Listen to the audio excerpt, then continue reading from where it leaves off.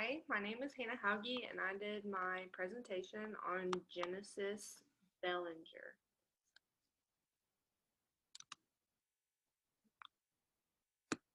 A little bit about her before we get into her artwork. She is currently 40 years old, so she creates art now. She actually created several pieces in the slide that were made in 2020. She is a Brooklyn, New York based sculptor, and she uses mainly stoneware and porcelain for her sculptures. And her main goal mission for her work is to convert everyday objects into fantastical and unreal stoneware. So this piece that you see now, this is her sitting on one of her own exhibits in an art museum that she has an exhibit in. It's called Holding Pattern. Um, it is considered a waiting room for the unconscious. So she spoke on this piece and said that it is something that is slightly disturbing as well as psychologically debriefing and funny all in one. So you see that it's funny, you see lips and eyes on the lampshades or the lamppost, and it's just kind of figured in a very odd way, and that's like the theme across all of her work, is that it all has something more to it the more that you look at it. A little bit about her journey to sculpture. Not going to go through her whole life story, but just the significant parts that made her into the sculptor she is today. During her childhood, she moved all around the country, so she was never really in a stable place for that long at any period of time. And she said that looking back, she came to really appreciate those uncomfortable and unexpected experiences that came with moving all around the country and constantly being on the move, experiencing new things, having to make new friends, new situations. She works with a medium that has a certain amount of failure, and her work doesn't always survive the creation process. So she said that it taught her not to get too attached to her pieces and too attached to her artwork, because that's what she had to do all her life growing up. So her lifestyle growing up really speaks into her artwork now. So about being a prop maker, she, after completing her first bachelor's degree in fashion design, she went to New York to become a prop maker for advertisement companies. And she said that advertising was brilliant, was just brilliant people using visual languages to manipulate people's desires into the service of capitalism. And capitalism is what most of her pieces speak on, and kind of the cruelty and the injustice of capitalism. So putting her moral judgments aside, doing the prop making for advertising was very fascinating to her, and it brought her to where she was with her sculptures and what she sculpted about, kind of. And then also she uses surrealism in her pieces. She said that she thinks it relates directly to the idea of the uncanny, something familiar but strange and uncomfortable where it should be comfortable. This goes back to her experiences about being uncomfortable in childhood, moving around and having to adjust to new environments.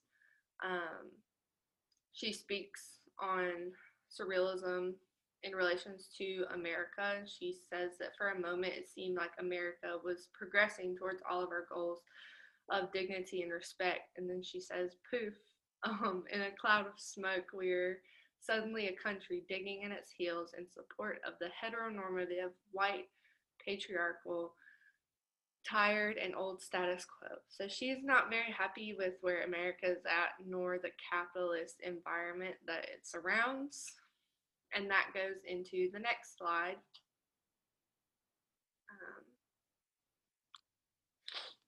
So in all of her pieces, this is one piece, and the right picture is just zoomed in on a specific feature.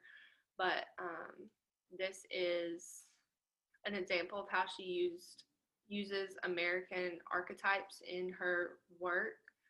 So, as you can see in the picture on the right, it shows hamburger, ketchup packets, and soda cans.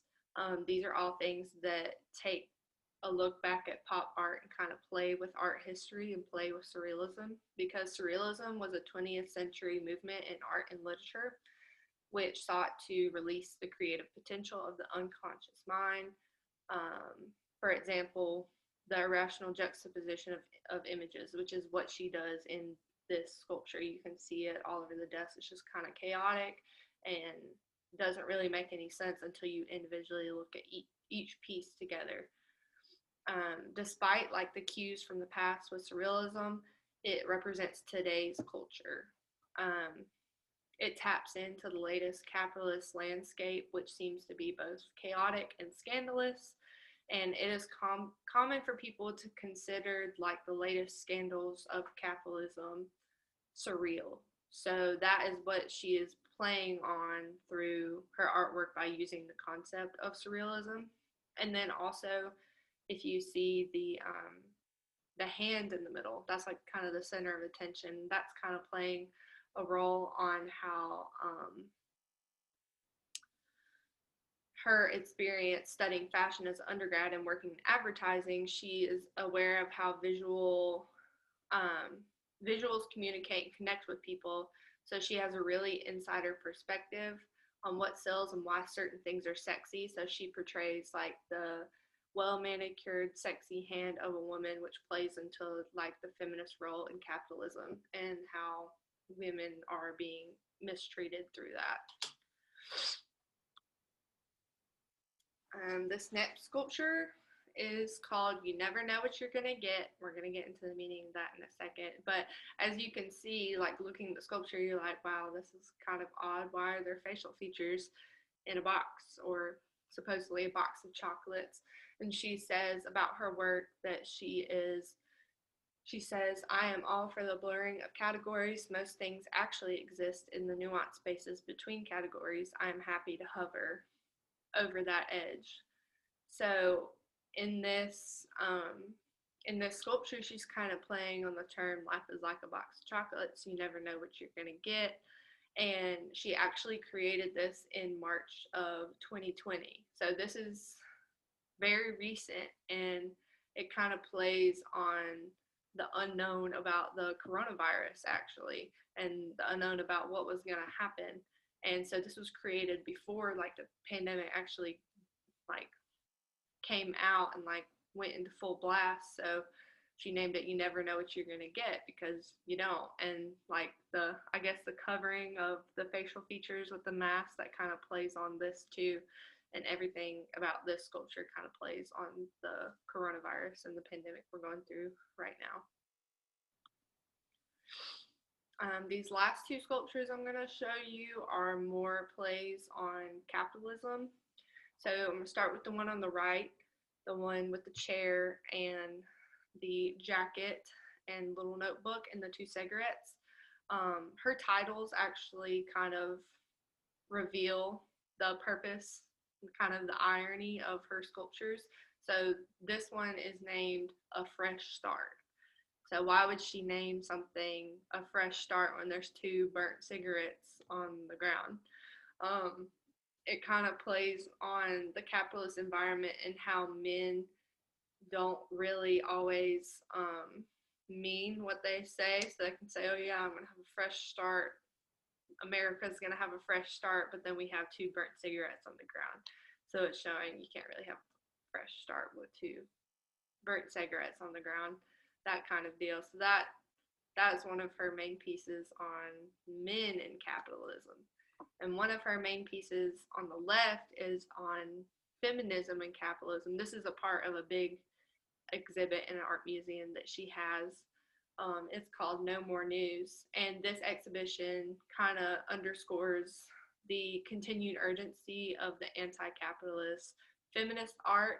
So much of looking at these pieces is about the experience of viewing feminized forms dismembered and disemboweled. That's kind of like the whole concept of this whole exhibit that she has. This is just one piece of it.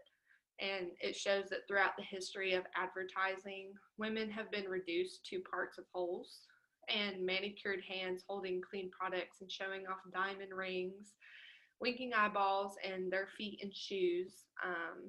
Bellinger's work hones in on this, and it also reminds us of that in doing this with her artwork, in reducing the body parts, death forms. It is a lonely existence, as she calls it, being scrapped for parts, but this is the reality for all of us when you really think about it. So you look at her pieces at first and you're just like, wow, this is odd. Um, but if you really look at the titles and look individually at each part of her exhibit, you see that she has like a clear message with everything that she is doing and everything that she's creating. And I think it's really cool that she is able to speak in like in such a strong manner today. Like she's a current artist. She's one that's making sculptures as we speak. And my favorite one is probably the one about the pandemic, and she's like voicing her opinions on the pandemic um, through her artwork. And I think that's a really great thing to do for an artist, is be able to like have your voice heard and have other people be able to say like, yeah, that's really cool, and like that you're getting the message, you're like conveying the message that you're trying to convey. So that's all.